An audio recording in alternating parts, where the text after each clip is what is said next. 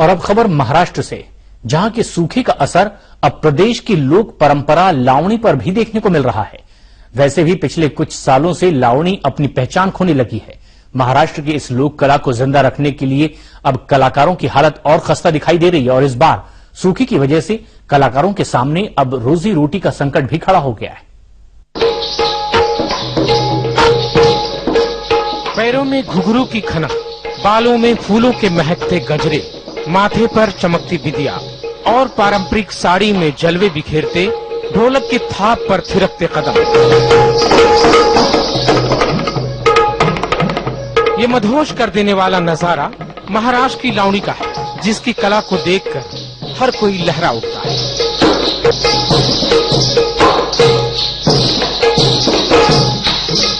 लेकिन अब ये कला दम तोड़ती जा रही है, क्योंकि इस कला को जिंदा रखने वाले कलाकार भयंकर सूखे की चपेट में आ चुके हैं। एक जमाना था जब महाराष्ट्र के हर गांव में इसकी गूंज सुनाई देती थी। गांव से शहर तक इसके चर्चे हर एक की जुबान पर थे। संस्कृति और पारंपरिक कला को दर्शाने वाली मराठी लावणी महाराष्ट्र की शान समझी जाती थी।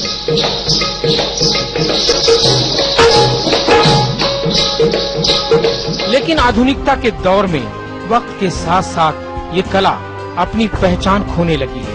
पिछले कुछ सालों से लावणी कलाकार खस्ताहाली के दौर से गुजर रहे हैं और राज्य में पड़े भयंकर सूखे ने इन कलाकारों की मुसीबतें और बढ़ा दी। पिछले साल यात्रा जत्रा के लगभग 80 से भी ज्यादा प्रयोग हुए थे, लेकिन इस साल बारिश न होने की वजह से कम से कम 40 कार्यक्रम हुए।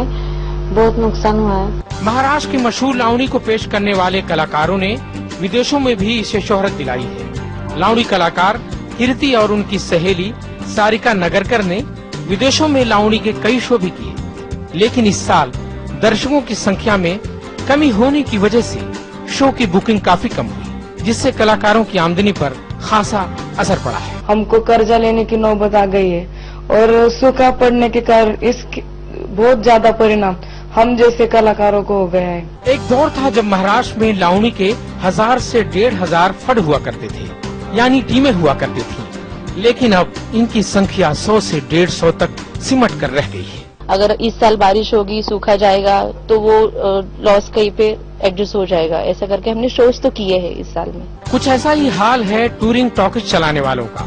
पहले राज्य में 2000 टूरिंग टॉकीज हुआ करती थी, लेकिन अब इनकी संख्या 45 तक सिमट गई है और अब इन्हें चलाना भी मुश्किल हो गया है। मेले में जो जिधर 10-10, 12-12 टूरिंग टॉकीज लगता था, अभी उधर कोई भी जाने को तैयार नहीं, क्योंकि पीने का पानी का है, लोगों के पास पैसा नहीं है, इसलिए टूरिंग टॉकीज का बिजनेस टोटली फ्लैप हो गया। हैरत तो ये है कि संकट के दौर से गुजर रही लावणी को बचाने और कलाकारों की मदद के लिए सरकार ने भी कोई कदम नहीं उठाया।